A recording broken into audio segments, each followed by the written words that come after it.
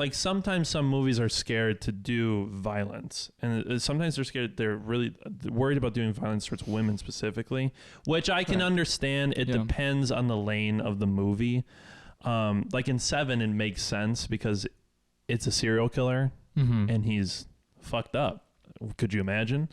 Kevin Spacey fucked up. I know. Like, that was like his first major role, by the way. Yeah. They all knew. They all knew. They all knew before. They all knew what he was up to. He knew. That's why he played psychopath so well, because he was one. But he's dark. The thing is, like in Batman, I like that I feel like sometimes that's always, I was like, oh, good. These are crazy people. And everyone's a hit, because that makes sense for the movie. Mm-hmm. But yeah, just, did you think it was better than Dark Knight? Yes, I do. Because I'm tired of the Christopher Nolan aesthetic in movies. Because it's not just his movies that do that. It was the movies of the decade following him getting like a bigger rise to fame. Right. I'm not talking about Memento. I'm not talking about like that far back. I'm talking about like the Interstellar, the Inception, the Dark Knight era of movies where everything is kind of soft and they use like a really shallow depth of field to make it look cinematic.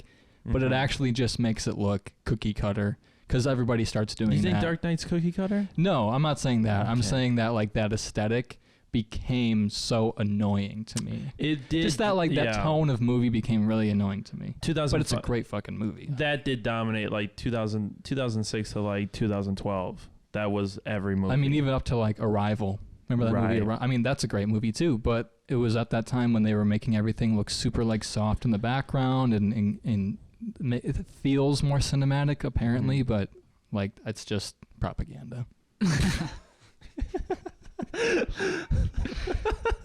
But do you think it is better? Do you think because you said it's too early to tell? It is way too early to tell. I'm just from a first impression, I feel like it just had a bigger. It just slapped me across the face. You know, just like how much technically they did refreshingly and better. It depends because, like I said, I can always go back to The Dark Knight and watch it all the time. Like the intro scene where it just opens up on like the bank, like just like the helicopter shot, the drone shot. I'm like, that's awesome. Like the cold open of that is amazing. Yeah. And look at you using the word cold open. Oh my God.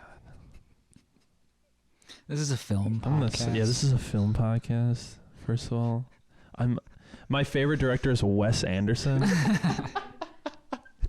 Who you just got into. I love Wes Anderson. No, I felt like I was like coming out of the directorial closet when I finally told Jared that Wes Anderson was my favorite director, because I feel like I've watched enough movies now to finally make the decision. And I've never watched. There was 3 movies Wes Anderson has made. The Moonrise Kingdom, the Grand Budapest Hotel, and the French Dispatch.